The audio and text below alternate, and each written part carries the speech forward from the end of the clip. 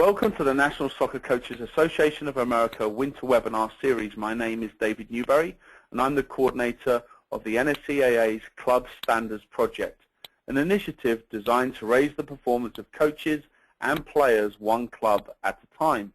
Since May 2012, we have had over 800 clubs join the project, representing over 500,000 players and 50,000 coaches.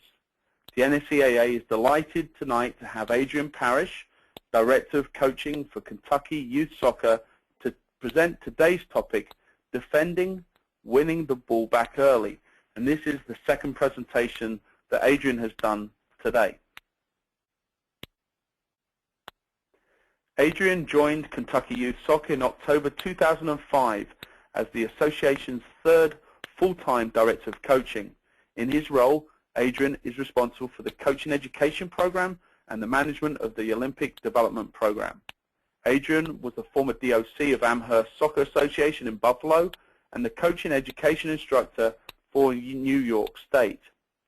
Adrian is a native of Louth in Lincolnshire, England, has played extensively at the youth level and played for Boston United, which is a semi-professional team playing in the league just below the Football League. Adrian possesses the USSF A license and the US Youth Soccer National Youth license.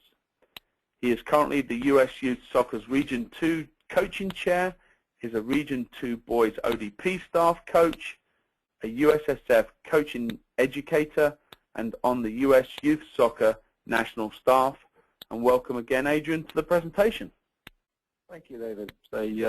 Again, an honor and pleasure to be here this evening. Excited to present everything again, and just thank all those people that are on the call here.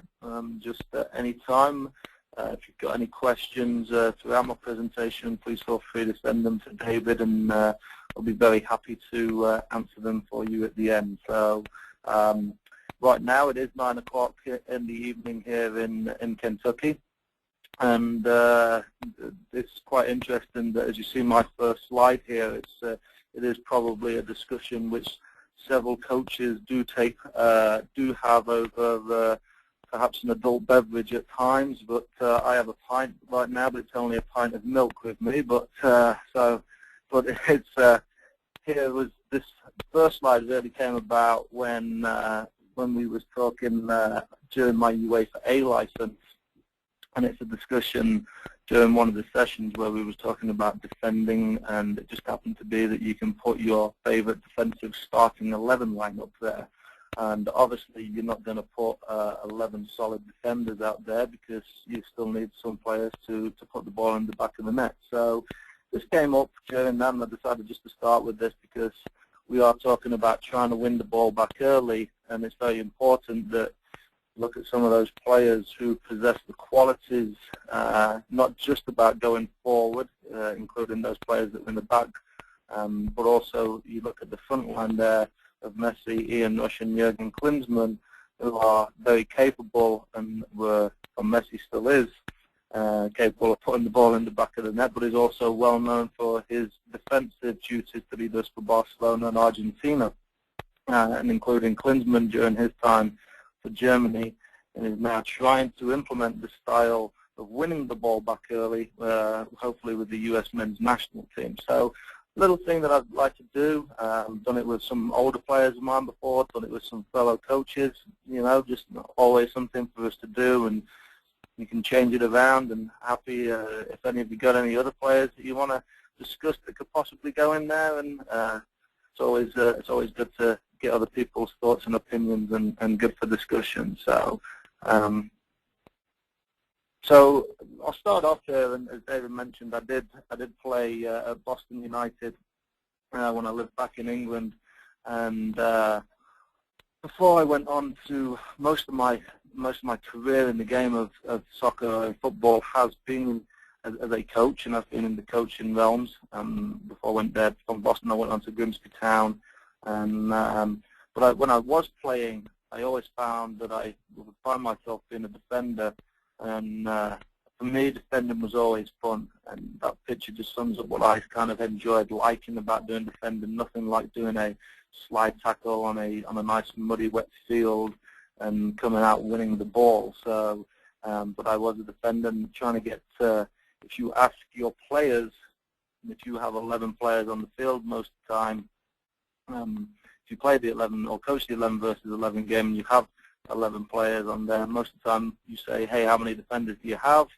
The answer you're probably going to get back is 4.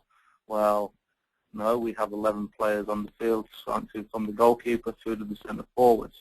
So it's about having the correct attitude, in my opinion. And if you write the word attitude down and give it a number to each letter that it represents in the alphabet, as for example, A is number 1 in the alphabet, T is the 20th letter in the alphabet, add all of those numbers up, it comes to 100%.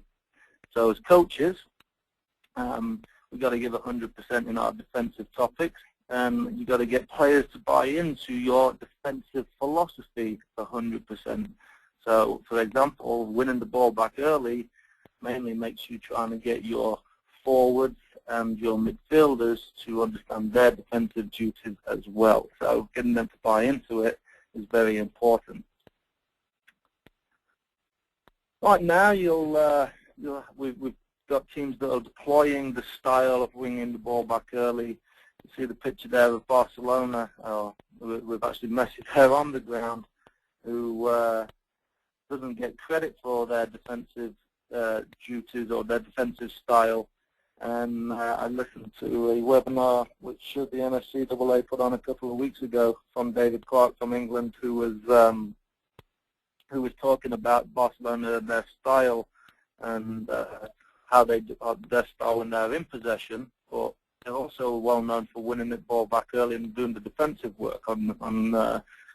However, I haven't seen today's game, though, and it didn't go so well, but and also didn't go well for them against AC Milan the other day. But it's something, a team like Barcelona is something that, a team that we want our youth players watching. So Barcelona are known for using this style, so is Spain, the United States, as I mentioned earlier. Jurgen is trying to get that put into place. But it's also about knowing the opponents. You know, when I was working at a college for a season here, there was a team that we played against, which, you know, basically liked to pass the ball around and we'll pass you around and pass you around. So we wanted to understand about getting the players to try and play the same style, but it was, then again, it was the same thing that we was trying to say, is trying to get players to work hard in the training sessions to be able to play under pressure. So it's kind of catch-22 situation. So a lot of the times you see the teams that like to possess and like to play the ball around are also the ones that will try and defend early and win the ball back early. Again, that can depend on situations within the game. If you're 2-0 up, 3-0 up, you may not have to go chasing the ball. You know, so it also can depend on obviously the timing of the game. You know, in the 80th minute, you may not want to be going and chasing it neither as well. So understanding the when and where, which we'll come into a little bit, is very important. So formations, and some of you may not even be coaching the 11 versus 11 game. So some of you may be coaching 9 versus 9, 7 versus 7, 6 versus 6. So if you have any questions on formations which may be implemented to help the style of winning the ball back early for some of the small-sided games, please send those questions to David, and I'll be happy to try and answer them for you at the end. But one of the things that formations you'll see in the 11 versus 11, usually the 4-3-3, or one that I prefer to play into, the 4-2-3-1. The picture here as you're in the 4-3-3. And of course it all goes down to individual strengths and individual roles of the players that you have. Happens to be having a discussion with my assistant here at Kentucky last week about creating a style and the club's creating style. And it just, you know, obviously we was talking about when the team is in possession of the ball and how teams try to create that style. We came up with it. Obviously those styles may change depending on the players that you have. So individual roles may change for these players that you are trying to implement a defensive style, may change depending on the players that you have. So I'm kind of a very old-fashioned person here, I guess, where we try to go through 1 through 11. And I had the discussion with David earlier last week. Very interesting, both being from England, where we used to go into the dressing room or the locker room where the shirts would be hanging up, and 1 through 11, and you never really wanted, well, you never wanted 1 unless you was the goalkeeper, but you certainly wanted 2 through 11. You never wanted number 12, 14, or 15 because you knew you was in for a long, cold afternoon sitting on the bench. So throughout my slides, you will see 1 through 11 set up, with 2 being a right back, 3 being a left back, 4 and 5 centre backs, or 4 and 6 depending on which country you come from. 8 and 6 can be the defensive midfielders. 10 is normally an attacking midfielder. 11 and 7 on the flanks, and 9 is your centre forward. So it's very important that your 9 understands that his or her role on recognising the keys and cues of when to press or when to drop. I previously mentioned on that on one of the last slides, my first slide mentioned Jürgen Klinsmann, who back in 1994 really did a fantastic job for Germany in the World Cup when it was here in the US about defending from the front. And basically, if Jürgen went as that number 9, made sure that 11, 7, and 10 was following him behind them as well. So making sure that it was nice and compact and not allowing 9 would shape the ball to try and force the play into 10 or force into 11 to 7 to pick the ball off so that we can go straight onto the attack. So 9 is very important in understanding and being very smart, not necessarily chasing after everything, but picking and choosing the right moments to go. Not always going, and not always going on their own. So in that kind of example, watching the game this weekend, the 9 on this team that I happened to be watching was going every time. And I heard the coach yelling from the sideline, hey, you know, if he goes on his own, everybody's got to go. Well, there was times when he shouldn't have gone. So the role happens to be then probably of the defensive midfielders of 6 and 8 to try and hold that number 9 back.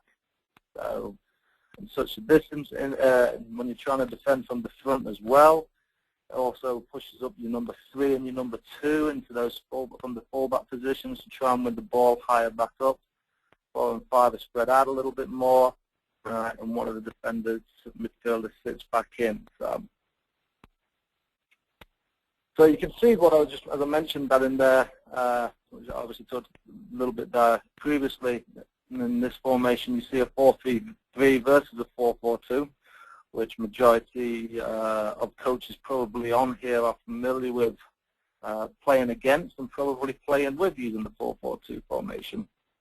So, you know, there's several moments in the game, or 4 key moments in the game, which always makes me laugh when players say, well, I don't like to defend. Well, you're taking quarter, if not half of the game out, because you've got, obviously, when you're in possession, which is an attacking, when you're not in possession, which is defending, transitioning into attack, and then transitioning into defending. So, you know, you're taking quite a bit of aspects out of the game if you say, oh, I'm not really into this defending side of the game.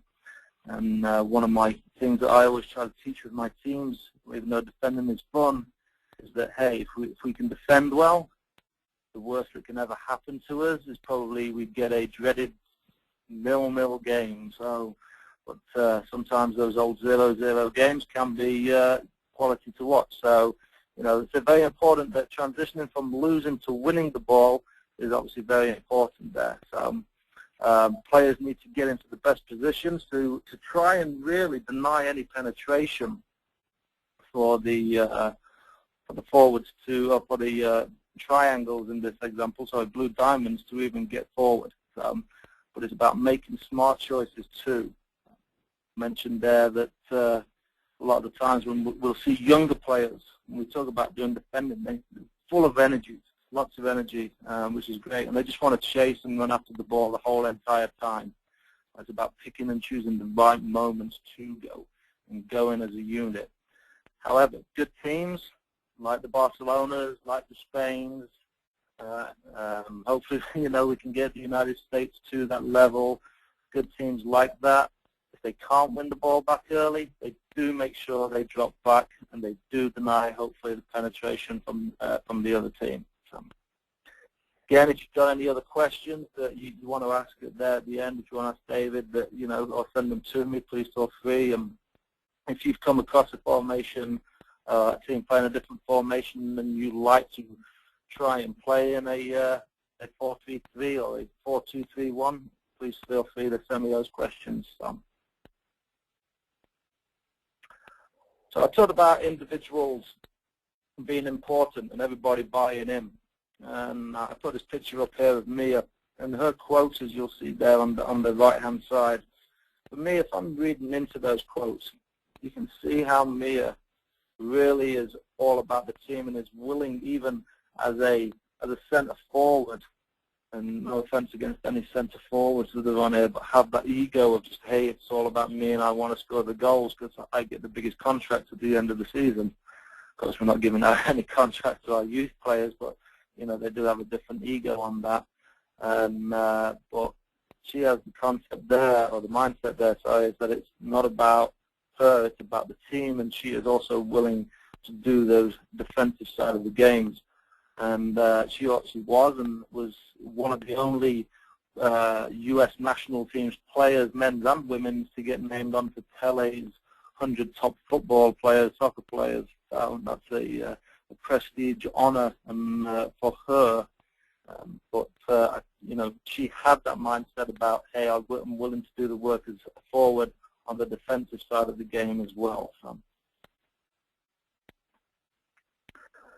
So just get into a little bit about now as you as the coaches, or people as the coaches. And when David Clark was doing his, he taught on the attacking principles. And when you're going through your coaching courses, if you've gone through your coaching courses, and we obviously recommend as coaching instructors, or myself as a coaching instructor, if you haven't, you do them. But it's very important that you understand and remember these principles, whether it's on the attacking side or the defending side of the game.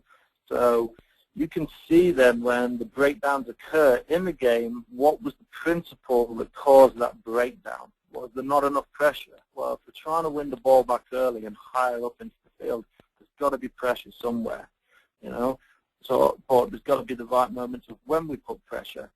So was the pressure there, but the penetration was still allowed because there wasn't good cover?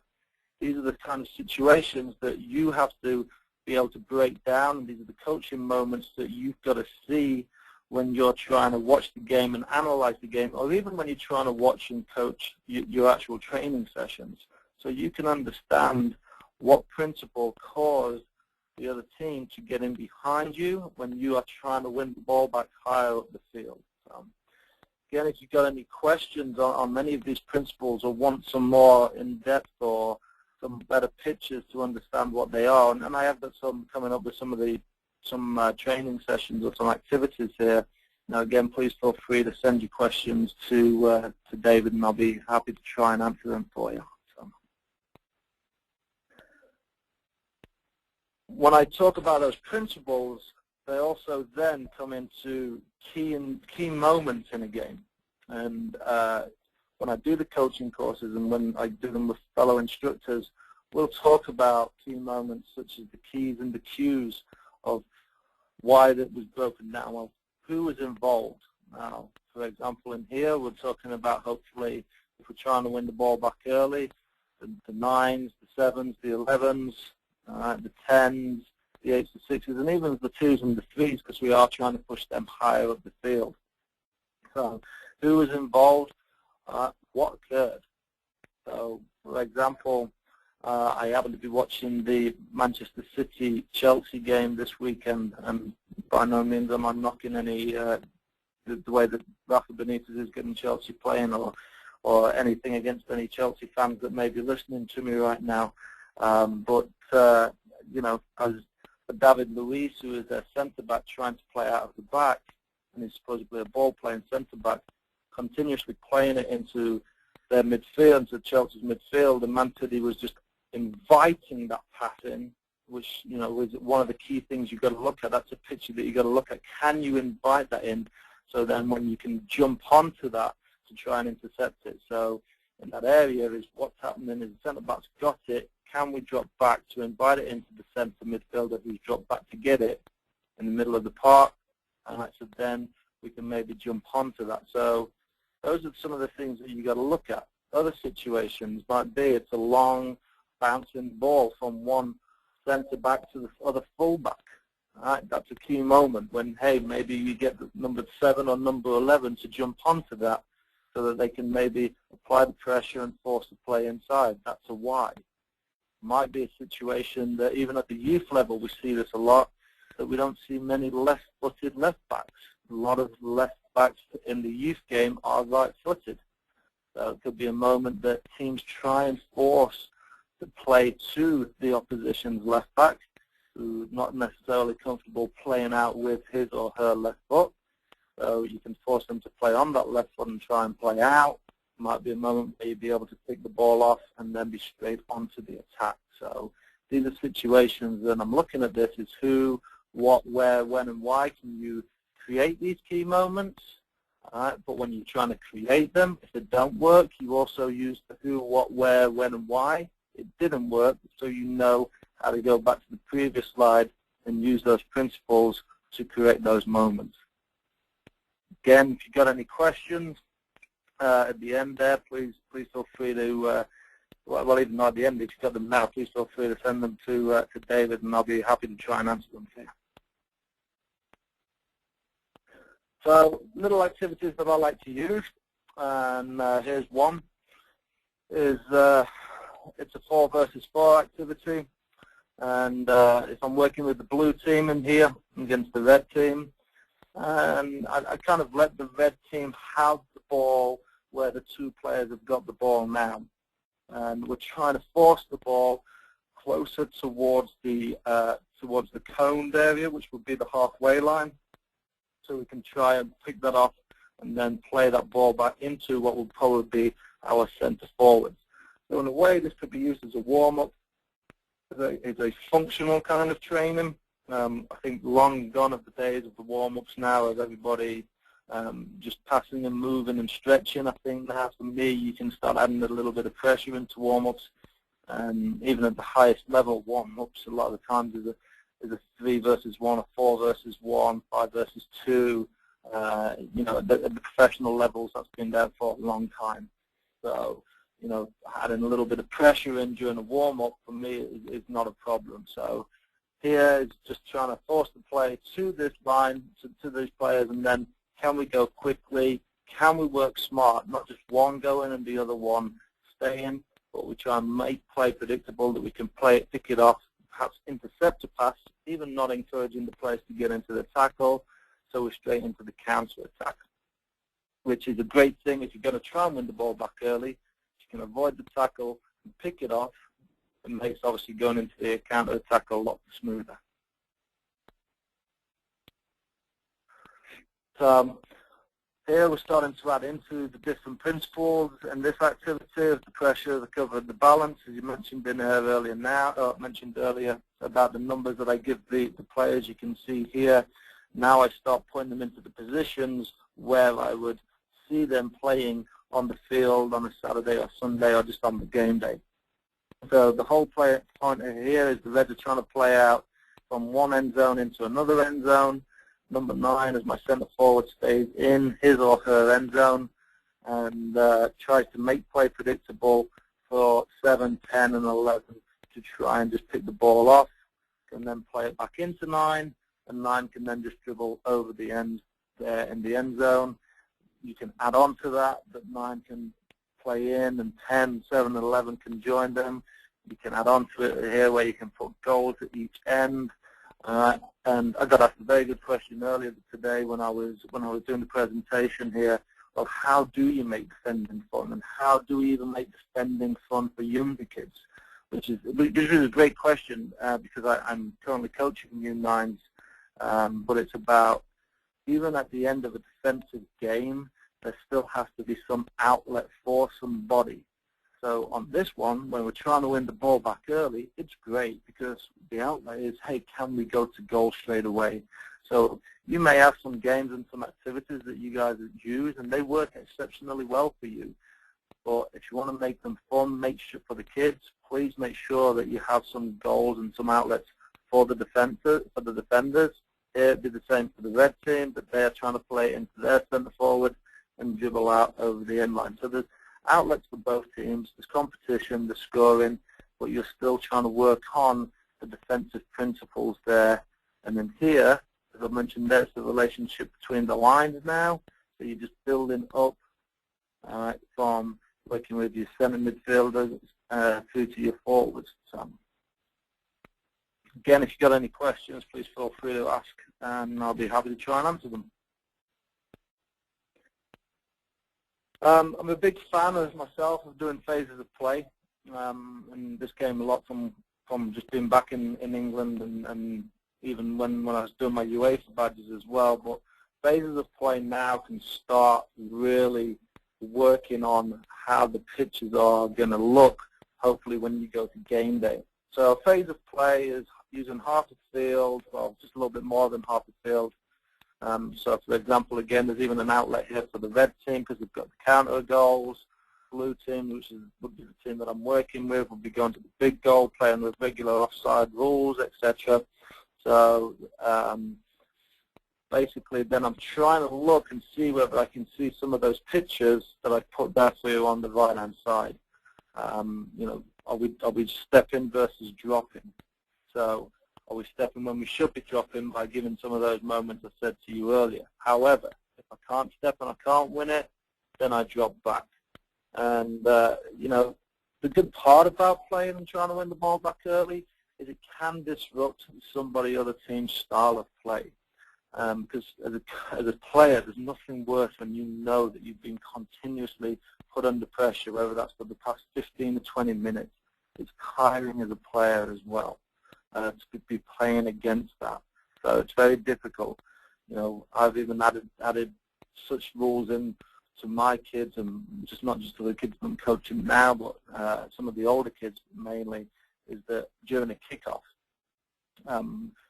okay, can you win the ball back within 5 passes? So whether it's just that you just scored and they're having a kickoff, now bang, can we win the ball back within 5 passes, or whether it's the start of the first half or second half, that's something that I try to give an incentive for the teams that I'm coaching to try and do, just to disrupt the other team straight away. If you can't win it, it's the same like, I guess, like what Barcelona, Spain, and, you know, some of the clubs, the teams that I mentioned earlier do, cannot win it. It's about them dropping back and not allowing teams to penetrate in behind us. So, very important for me as well as coaches is that you coach away from the ball as well.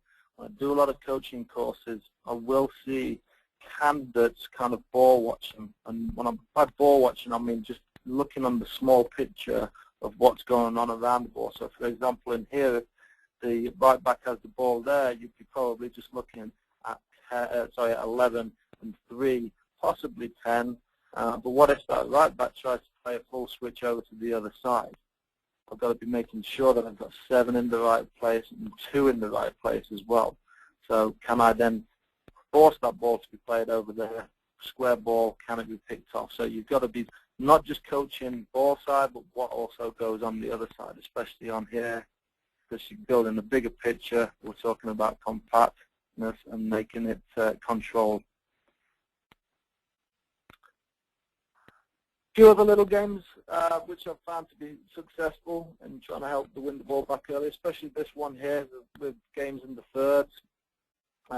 If we're going the way that the arrow's pointing, you win the ball back in the attacking half and go on and score. It's worth 3 goals. Win it in the midfield half and midfield third, sorry. Go on and score. It's 2. You win it back in your own defensive. You go on and get 1. It's 1. So because we obviously want to always hope and probably expect that we can win the ball in our own defensive third and hopefully then go on and score as well. So little one here as well as the 6-goal game, which I'm sure several of you familiar with, it's just put a neutral player in there so we can understand about defending numbers down as well. So it just gives a different picture and a different idea for how the players need to move and where they need to be. Then the 4 versus 2 keep away is very good, nice little warm-up here. Similar to the one that I showed you earlier, but I've just put a little triangle in the middle here, and the before, just keep it away from the 2 defenders, and you've always kind of got to get a defender in the triangle or in there, so they're always providing cover. Again, you can have a point system on there that the 2 defenders have just got to touch the ball, or a defender wins it and passes it to the other defender, and then they just keep the ball away. There's little things that you guys can add into there that you've got to try and not just say, okay, you're going to defend, because then that's not fun. You've got to also give those defenders some outlets as well. So, if you got any questions on any of those activities, or again, if you've got any questions of any activities that you do and that you'd like, please feel free to send questions to David, and I'll be happy to try and answer them for you. So, last slide. My pros, as I mentioned there, and the pros and the cons of trying to implement a style of trying to win the ball back early. Winning the ball back higher up the field, obviously the biggest pro to that is that you're going to hopefully be straight into the attacking third and can create some goal-scoring opportunities. I mentioned how it can disrupt opponent's style of play. It can be very awkward for you to play against. You know, it's been a very interesting year watching the English FA Cup back home and watching some of the smaller teams disrupt and be successful against some of the higher level teams because they are working hard and are continuously trying to win the ball back and not giving these better teams and better players an opportunity to play. You know, it's a once in a chance lifetime for some of these guys to go out there and prove themselves. So it's been very successful for them. And so you don't have to necessarily be the most technically fluent team. Barcelona and Spain, yes, are great at winning the ball back early, and then are great at also keeping it. So, you know, you don't have to be the best. I watched the ones who were successful today, but Oldham County, when they played Everton last week, and when they played Liverpool a couple of weeks ago, was very good in putting on this pressure and not allowing neither teams to try and settle and play. So you don't have to be great on the side of on the possession side, but you've got to basically be very good and very committed on the defensive side as well. So which comes into a con there. If you don't have the players that aren't committed, you can't get the team working together.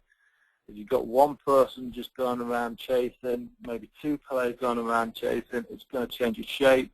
It's going to allow oppositions to get in and penetrate and break you down. So another difficult problem may be that you aren't able to implement this defensive style the whole 90 minutes or the whole duration of your game, because it is difficult. It does require a high level of fitness. Now, I'm not going to tell you to go out there and start running your kids around and start running them ragged, because that's not important.